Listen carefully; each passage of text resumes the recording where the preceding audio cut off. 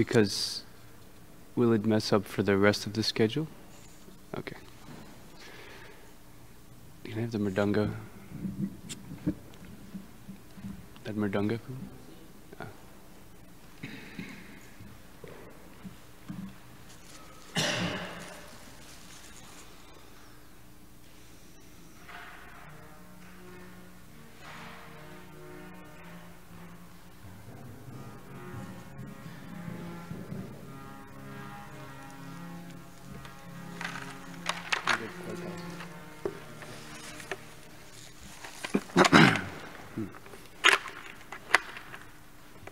Jaya Radha Madhava Kunja Bihari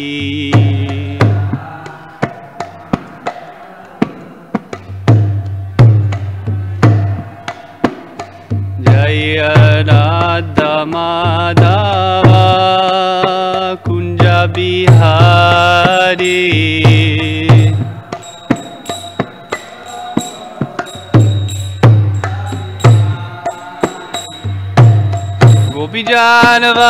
Gopijanavara Girivaradari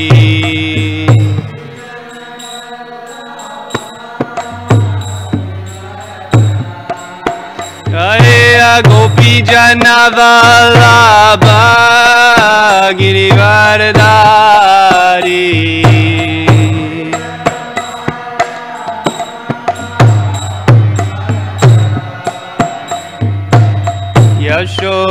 Yashodanandana Vrajajanaranjana Yashodanandana Vrajajanaranjana Yamunatira Vanachari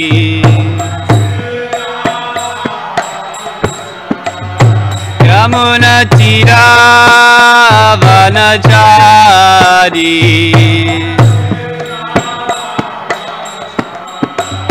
Jaya Radha Madhava Kunja Bihari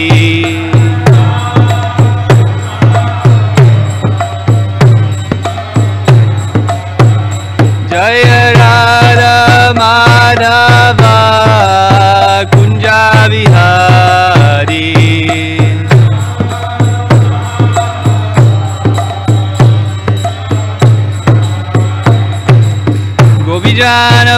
Gopijanavallabha Girivaradari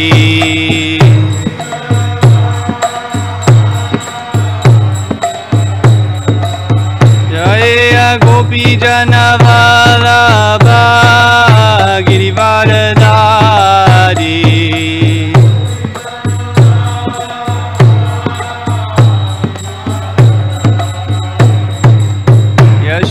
Yashodanandana Vrajajanaranjana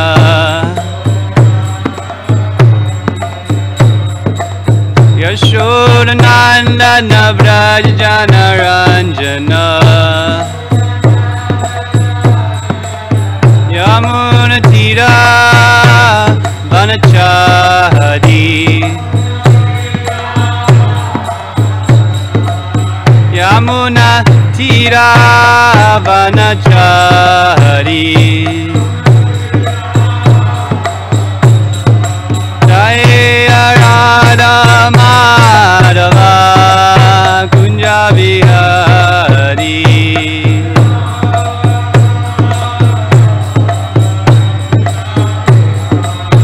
Jaya Radha Madhava Kunja Bihari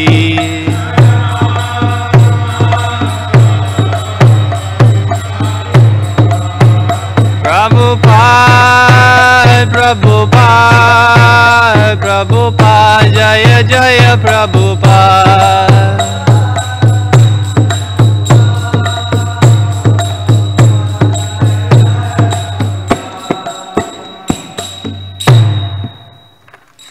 Jayam Vishnu Prabhupada, Paramahamsa Prabhupada, Acharya, Shri Srimad, His Divine Grace, A.C. Bhaktivedanta Swami Srila Prabhupada ki, Antara Srimad Bhagavatam ki, Samaveta Bhaktivinoda ki jai, Nitai Gaura Premanandi. All glories to the assembled devotees, all glories to the assembled devotees, all glories to the assembled devotees, all glories to Sri Sri Guru and Sri Gauranga. Hare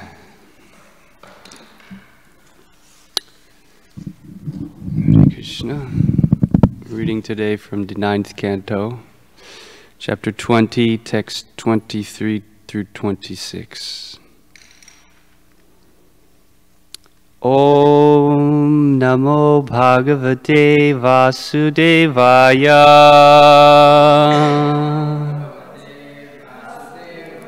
Om Namo Bhagavate Vasudevaya.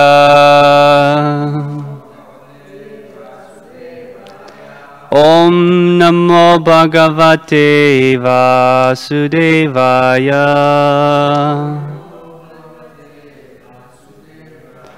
Narayanam Namaskritya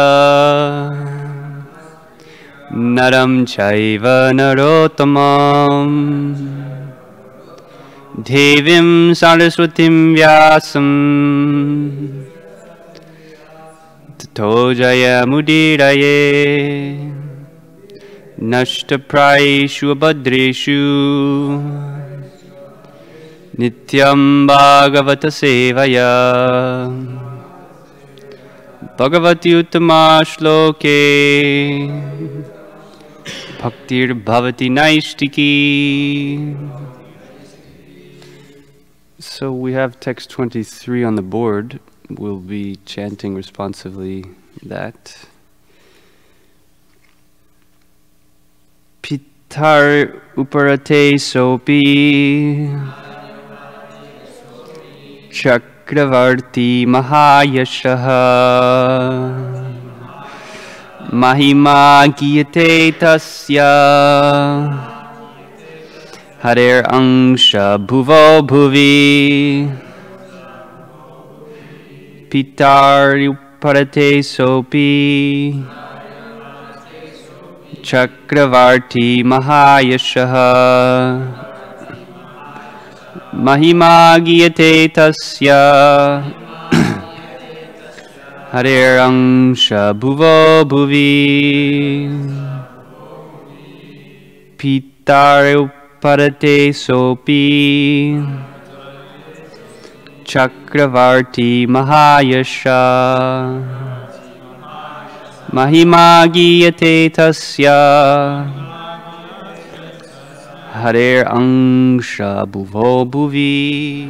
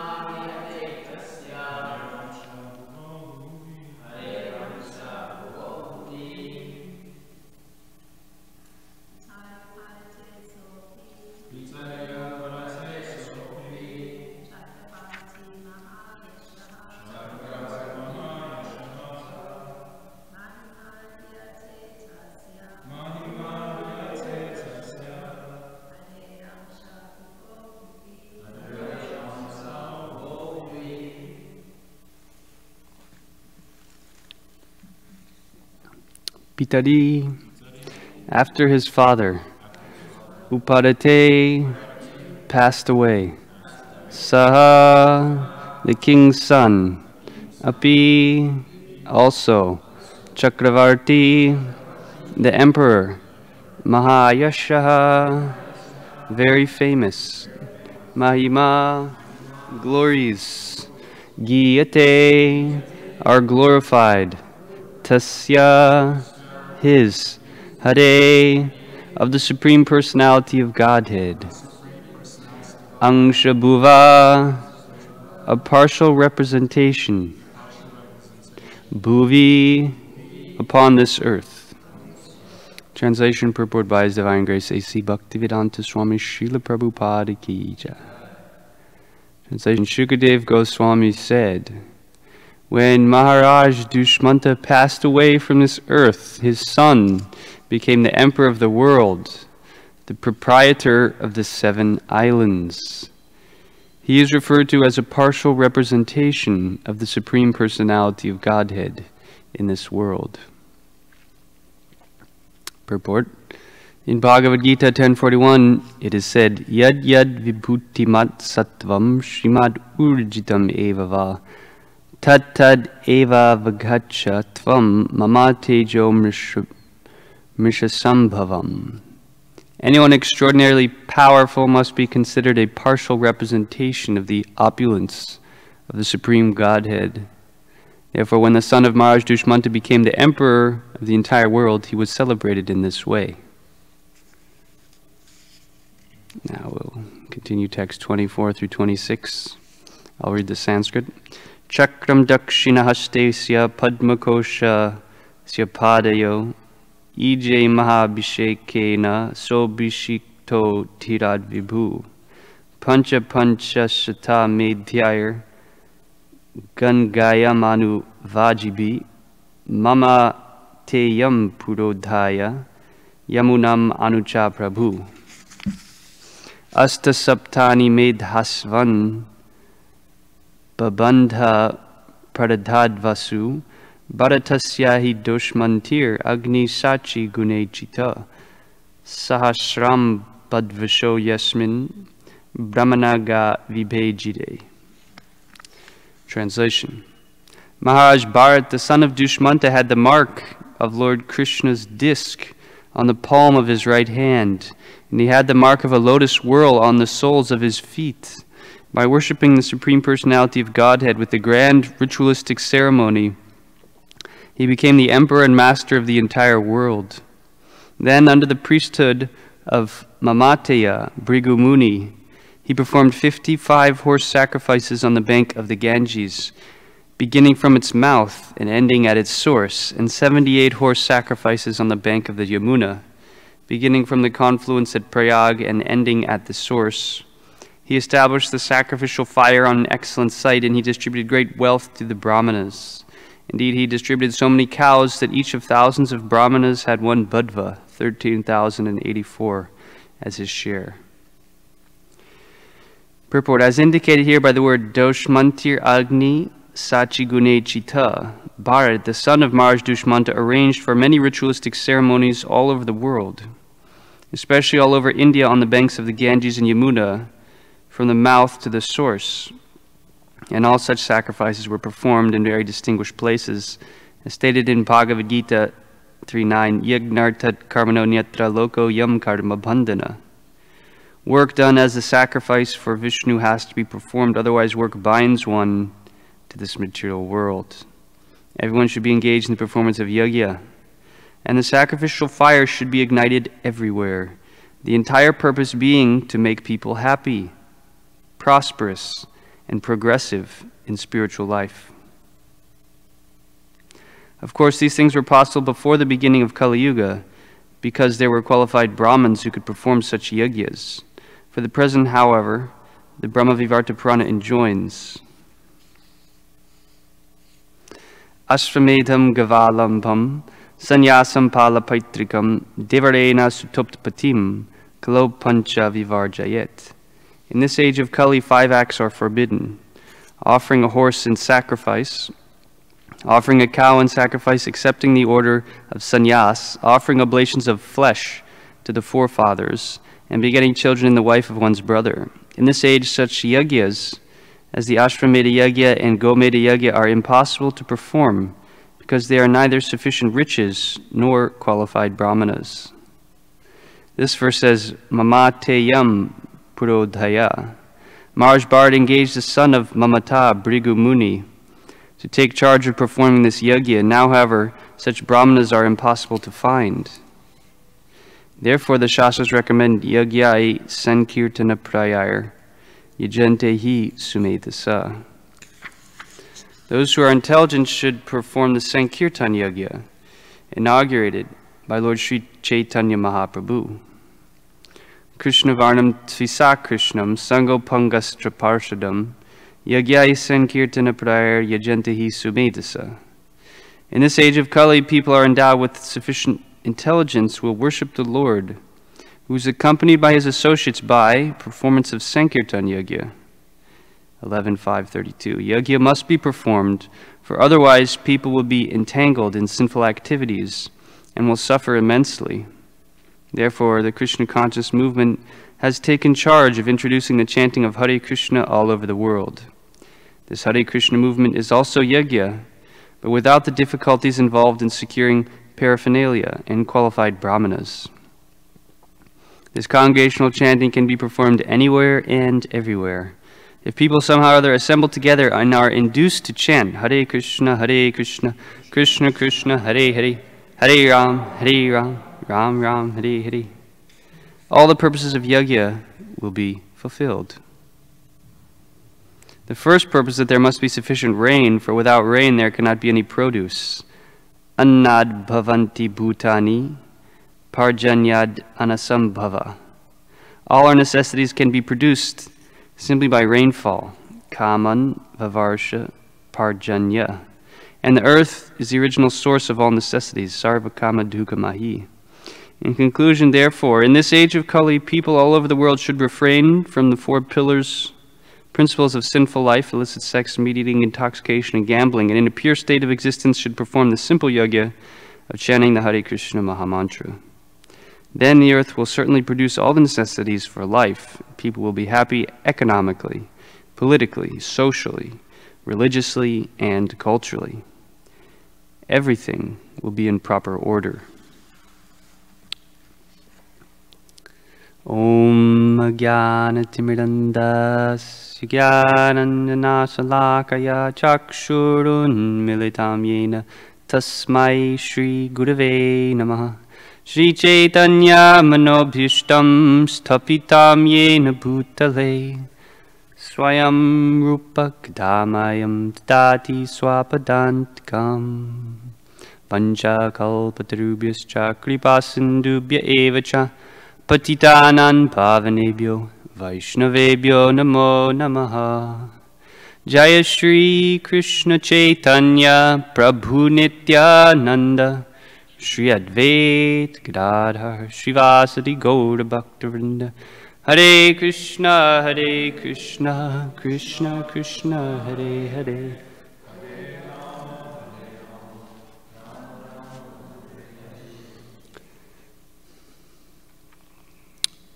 Hare Krishna, everyone. We ask for the blessings of the assembled devotees here. Very wonderful verse and purport. So try to examine this. I'll read the translation one more time.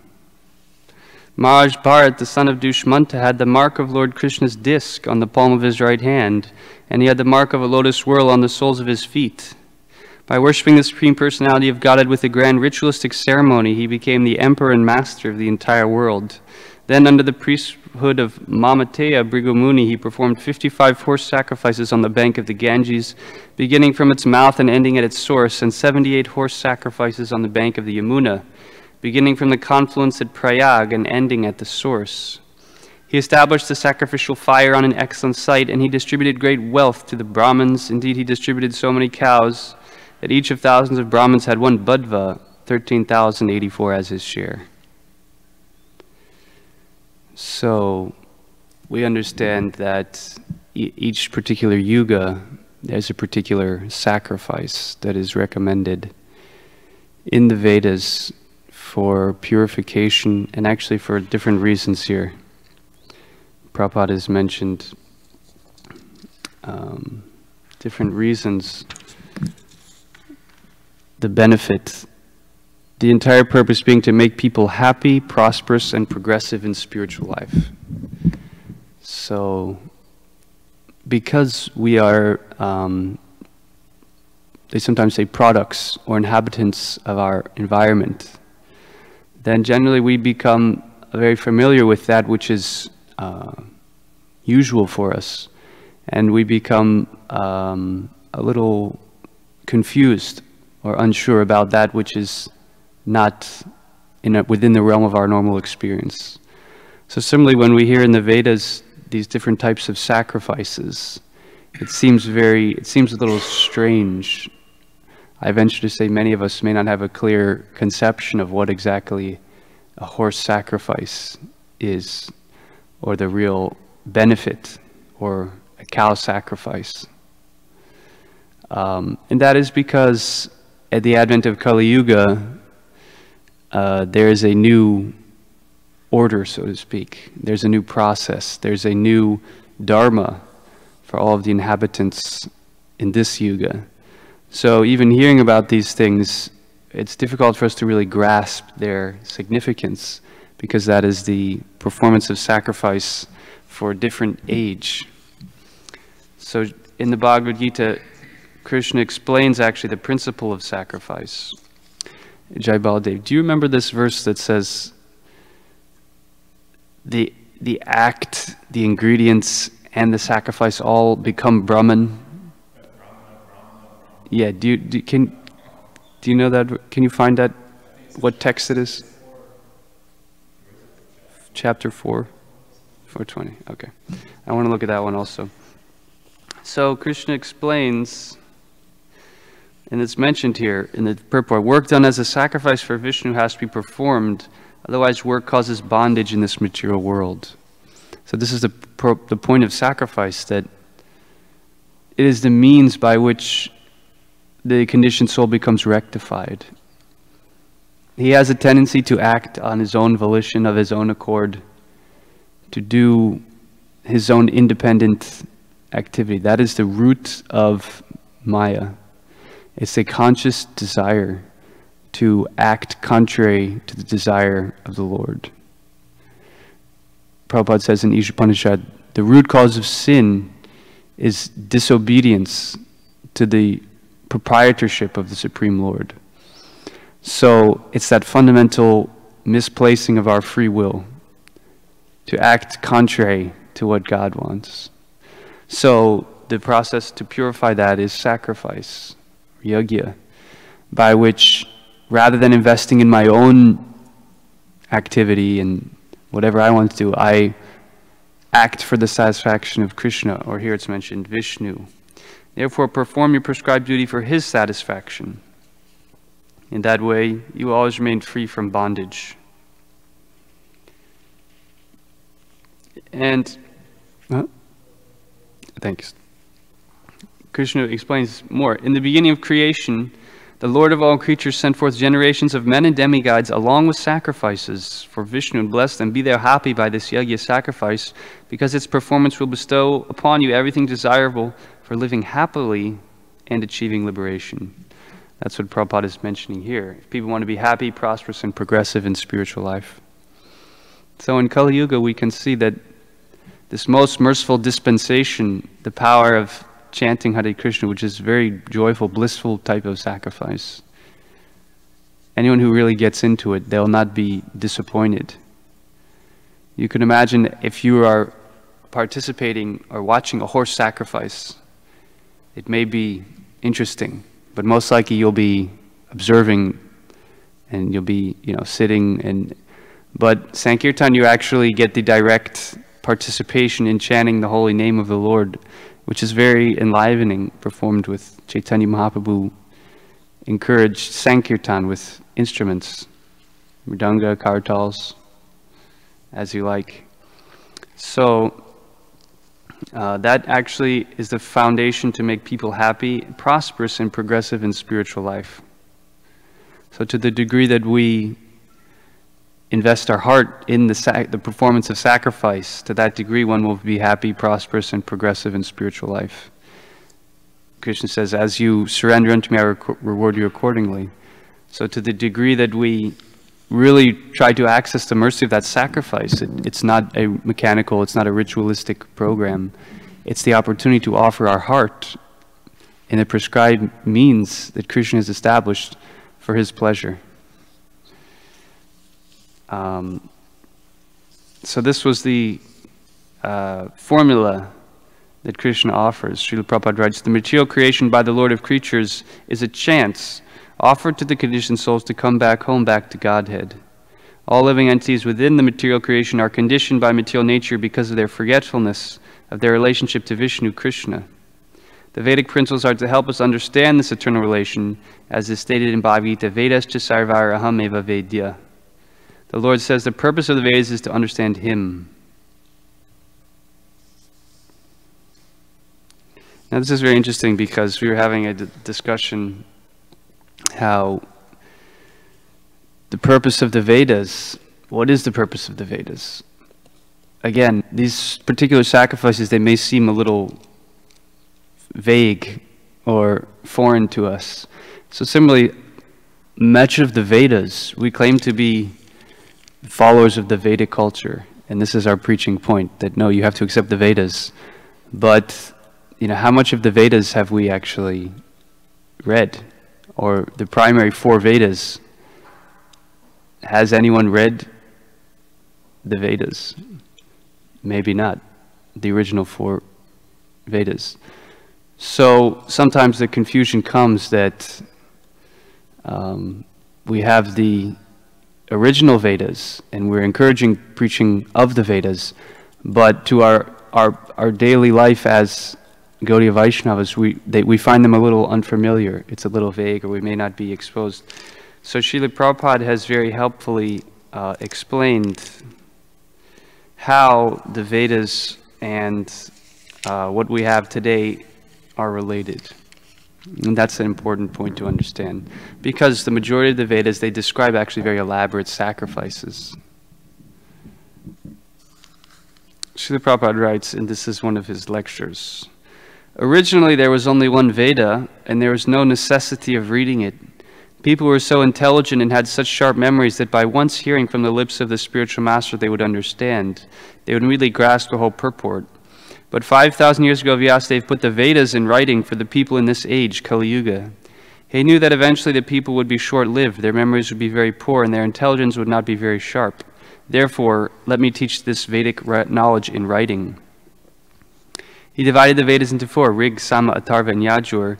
Then he gave charge of these Vedas to his different disciples. He then thought of the less intelligent class of men, Stri, Shudra, and Dvija Bandhu. He considered the woman class and Shudra class, worker class, and Dvija Bandhu. For these persons he compiled the Mahabharata, called the History of India, and the 18 Puranas. These are all part of the Vedic literature. The Puranas, Mahabharata, the 4 Vedas, and the Upanishads. The Upanishads are part of the Vedas. Then Vyasadeva summarized all Vedic knowledge for scholars and philosophers in what is called the Vedanta Sutra. This is the last word of the Vedas. So this Vedic vibration, it's directly Krishna, it's directly Vishnu, Brahmakshara Samudbhavan. That the Vedas actually emanate from the breathing of the Supreme Lord. Prabhupada likes to mention this. Yes. It is said, and he gives the Sanskrit, the 4 Vedas, the Rig Veda, Yajurveda, Sama, and Atharva Veda are all emanations from the breathing of the great personality of Godhead. So, the Veda is, in one sense we can say it's variegated. It is a transcendental spiritual sound vibration that encompasses material and spiritual knowledge. So, it takes a very carefully trained teacher or guru to actually allow the student to grasp what is the essence of the Vedas. Just like you may come to a temple, you may see so many different things going on. You may, as soon as you walk in, maybe you see the bake sale. You think, oh, this is a kind of cafe. They have brownies, and this is samosas. This must be a restaurant.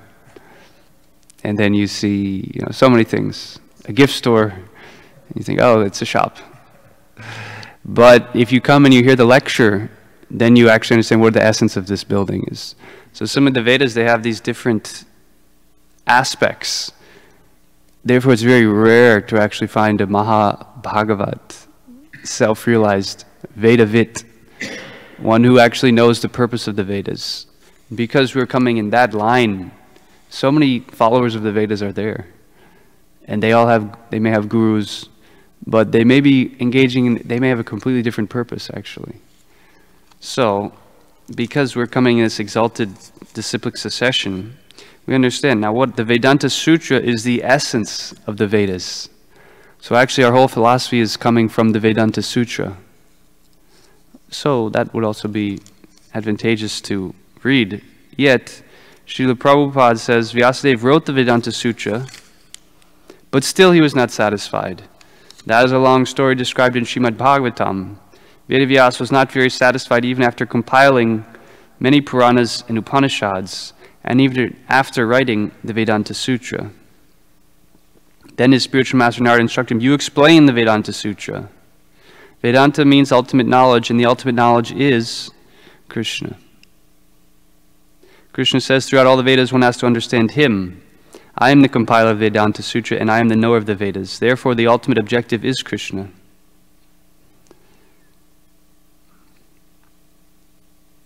Vyasadeva himself wrote the perfect Vedanta commentary, Srimad Bhagavatam. So now this is just helping remind us of actually what we have here. It's not just one of the Puranas or some branch of the Vedas. The Srimad Bhagavatam is considered the extracted essence. All of the Vedas, the Vedanta Sutra, everything. Srimad Bhagavatam begins with the first words of the Vedanta Sutra, Janma Dasya Yataha. And that Janma Dasya Yataha is fully explained in Srimad Bhagavatam. The Vedanta Sutra simply hints at what is Brahman. The Brahman, the absolute truth, is that from which everything emanates.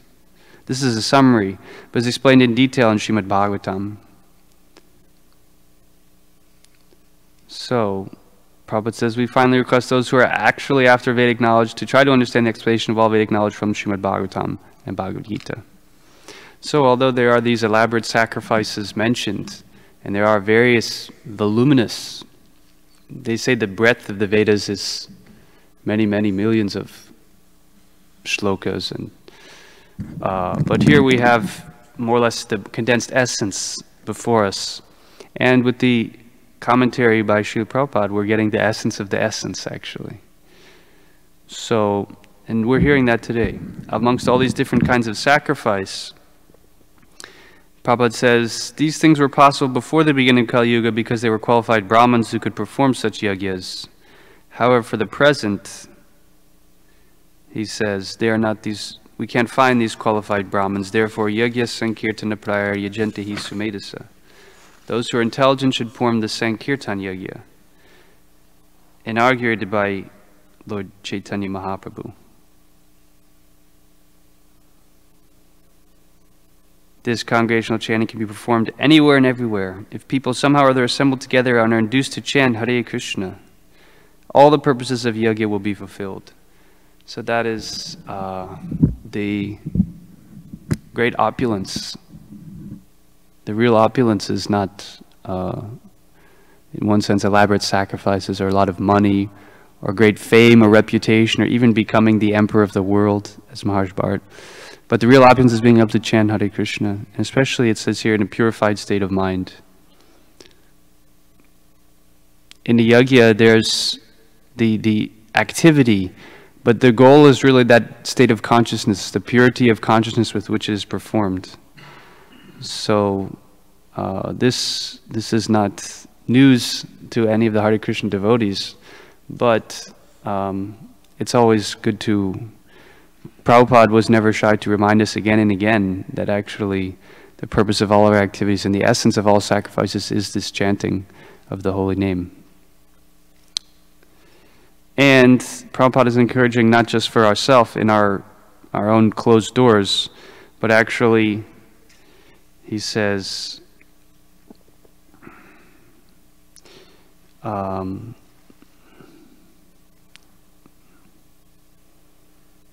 Yes, this congregational chanting can be performed anywhere and everywhere. If people somehow they're assembled and are induced to chant, so that's our duty, to engage them in sacrifice. We are hearing we can engage them with their mind, their wealth, their words. But here it's mentioned we want to especially induce them to chant Hare Krishna.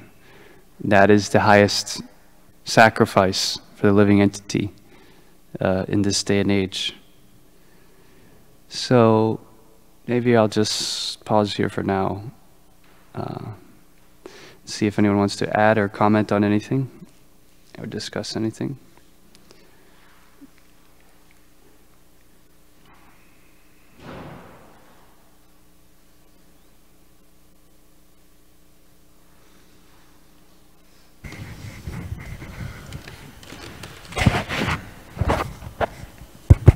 Hare Krishna, bro. Thank you for your class. I'm not sure if you're done yet or we're going to go on or what. But anyway, first of all, I think your birthday's this month, so happy birthday. I'm not sure when it is, so Hare Krishna.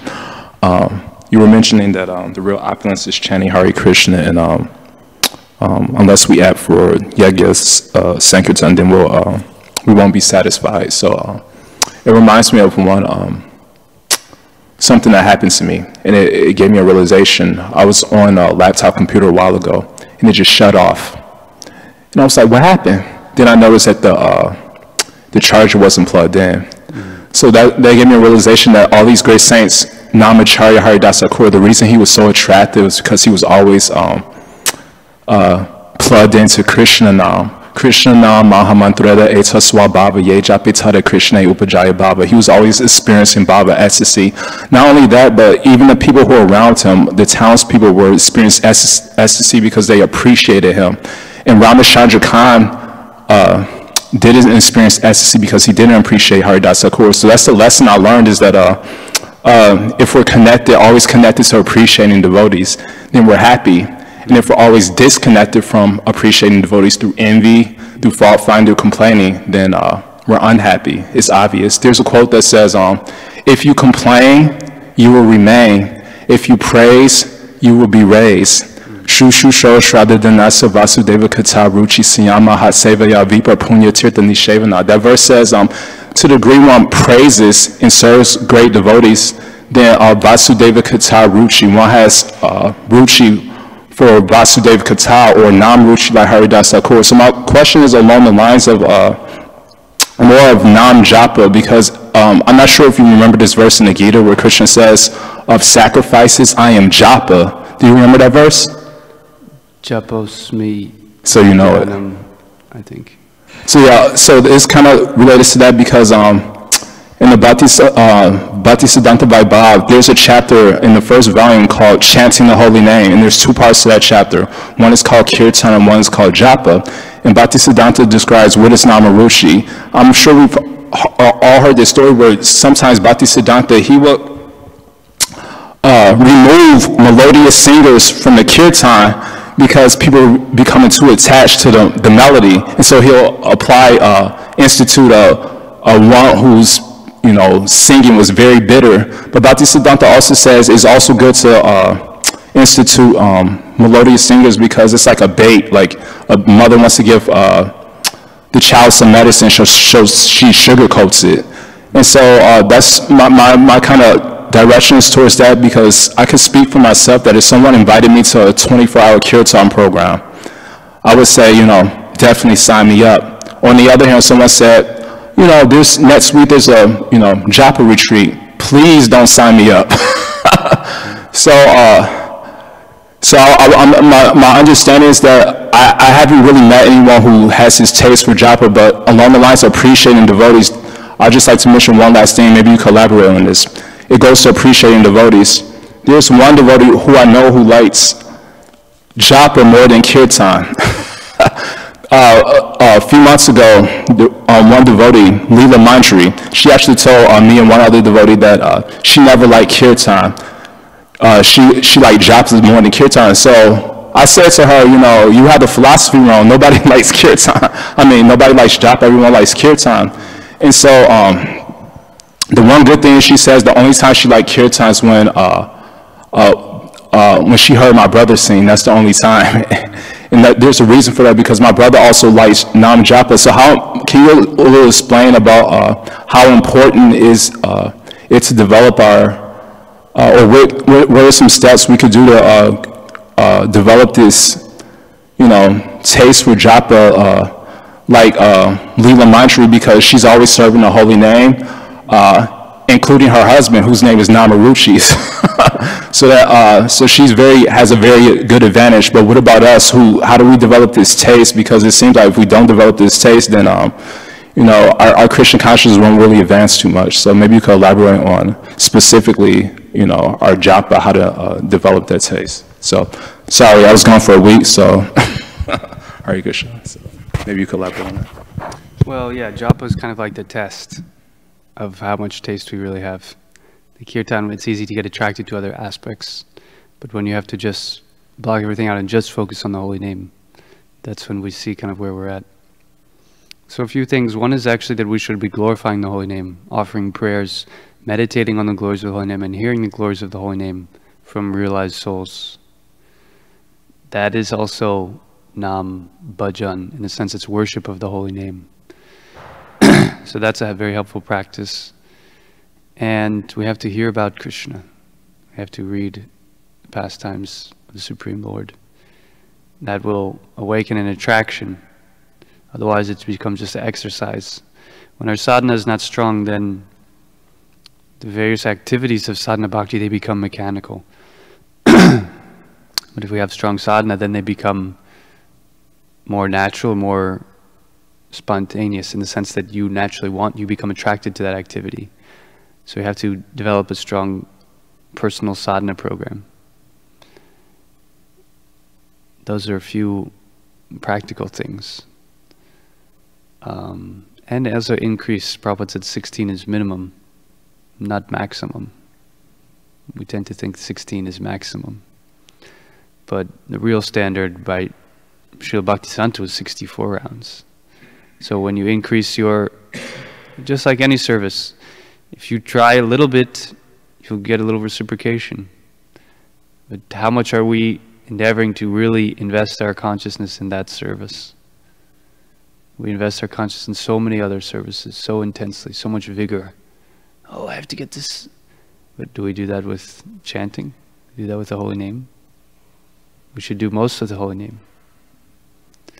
So Krishna wants to see how dedicated are you, how determined are you, how much do you want the fruit, the purpose. Krishna's always testing us. He's testing our determination.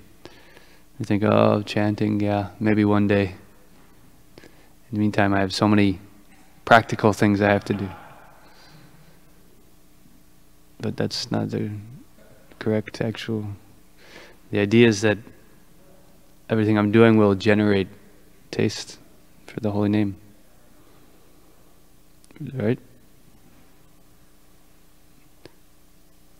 Shrama eva hi kevalam. So unless our activities are generating a taste, that's the conclusion of the Bhagavatam. So if we go by the verdict of the Bhagavatam, then we can be confident about what we're doing, even though in the eyes of others it may seem something else.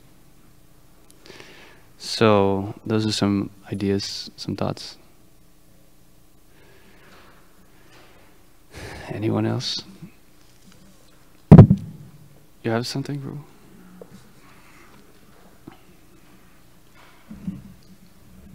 Yeah, I remember that the power of Nama Sankirtan. That one time Srila Prabhupada was visiting Andhra Pradesh in India. That time all devotees, they chanted, they did kirtans very nicely. So then there was no rain for long times, but the rain appears after saying Sankirtan Yajna. That's what, Thank you. how it is. I have a question for you. Now, we've described how the essence of the Vedas is Bhagavatam. But my question is, there's so many things we find in Bhagavatam. So how is it that we say that chanting Hare Krishna is the essence? Because we know that's mentioned in the Vedas. Iti sodashakam namnam kali kalmasya nasanam nanyad parataropaya sarva vedeshu drishti Hare Krishna, Krishna Krishna, Hare Hare. That amongst all the Vedas you can't find any means of worship higher than this. But the Bhagavatam, we hear so many different activities and pastimes. So some mention is there of chanting, but it seems like it's a very wide scope. So my question is, how is it that the chanting Sankirtan is the essence of the Bhagavatam? Can anyone answer that?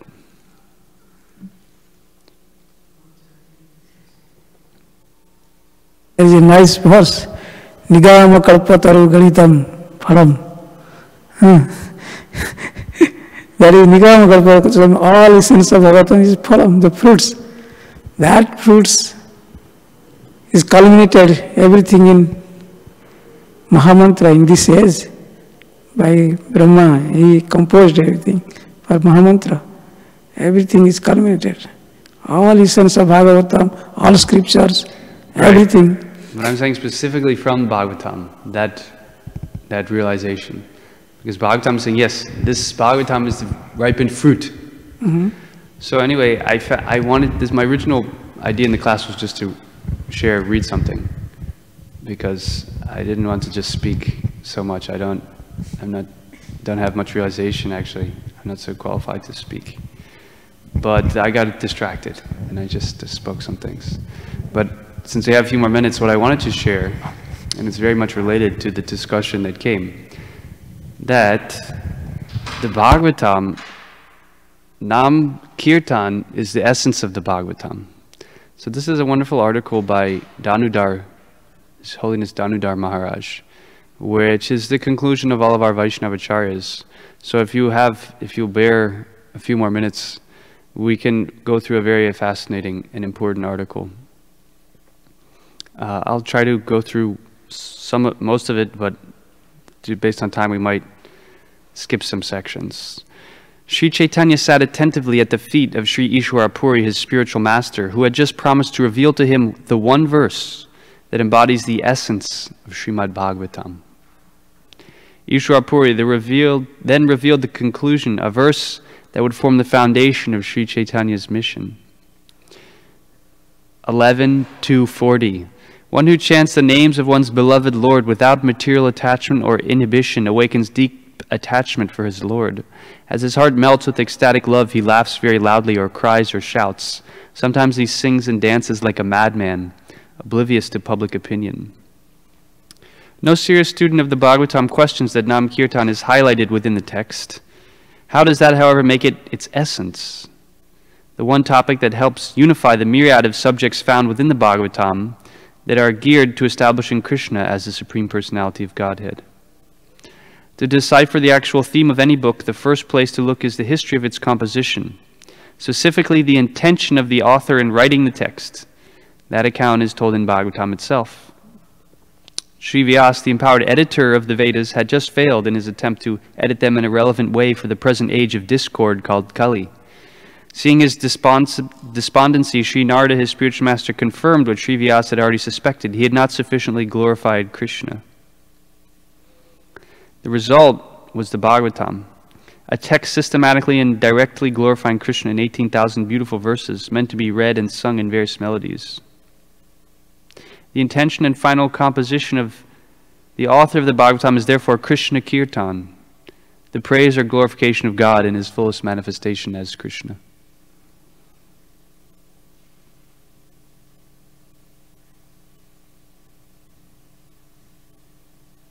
We have discussed the Bhagavatam as Kirtan in itself to support the contention of Kirtan as the book's soul. Another way to understand Kirtan, specifically Nam Kirtan, as the essence of the Bhagavatam, is to understand the key message that the song delivers.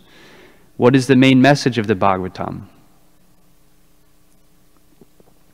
To decipher the theme of a complex text, classical hermeneutics place stress on, among other things, the first and last things spoken in the text.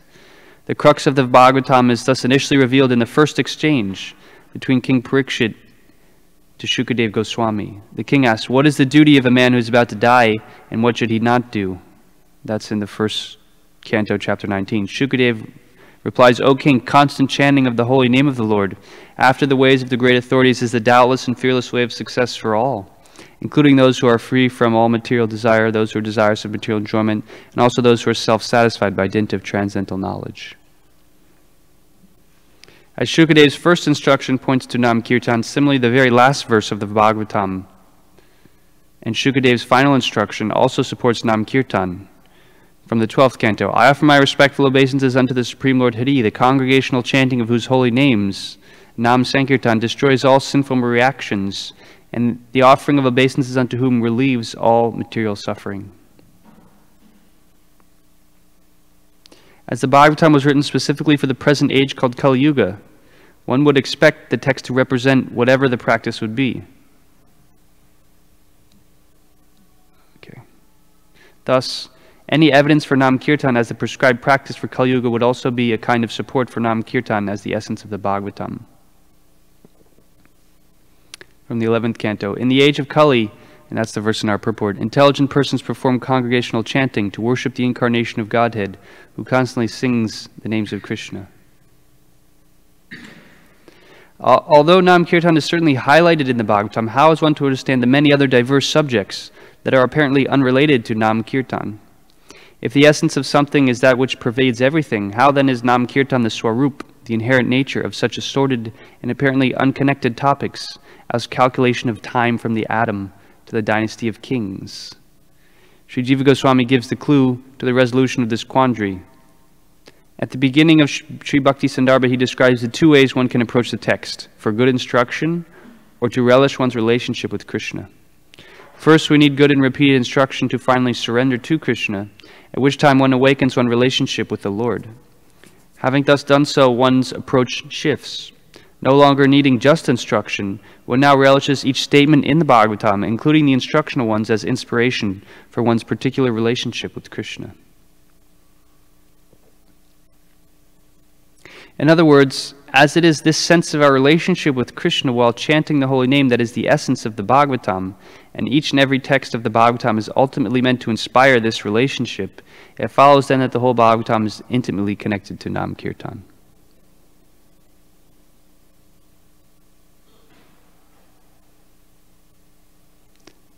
And then the 10th canto is highlighted to point out the glory of Krishna's pastimes, to awaken that deeper connection. And it goes on. Sri Chaitanya Mahaprabhu exemplifies this relationship. And that although in the spiritual world there's a variegated activities of relationship with devotees with Krishna, for a sadhaka, the process of Nam Kirtan is the means, it is the primary, most powerful means to attain that position. Where in the residents of Vrindavan, they're also chanting Krishna's name. We hear in the Krishna book, the gopis come together, they chant. Prabhupada says they chant Hare Krishna, Krishna Krishna, Hare Hare, Hare Ram, Ram Ram, Hare Hare. Okay, it's time has reached 8:30. Yeah. Last one sentence.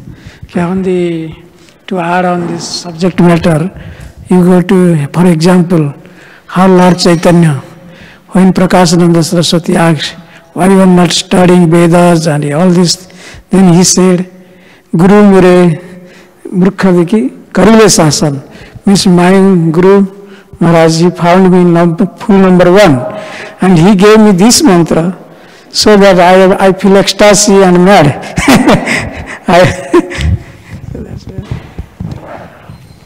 Yes, the formula that also is given to Chanadapi Sunichena, Tarorapi Sahishna, Amanina Manadena Kirtaniya Sarari, always chant.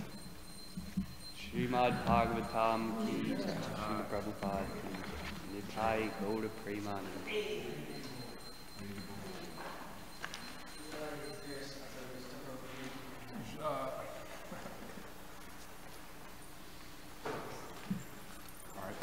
When's your birthday? That's So I was asking you last week. I was like, remember I was like this? Big 3-0. It's all downhill from there. I'll pray for you. Thanks, sir. Don't worry, you look still 20.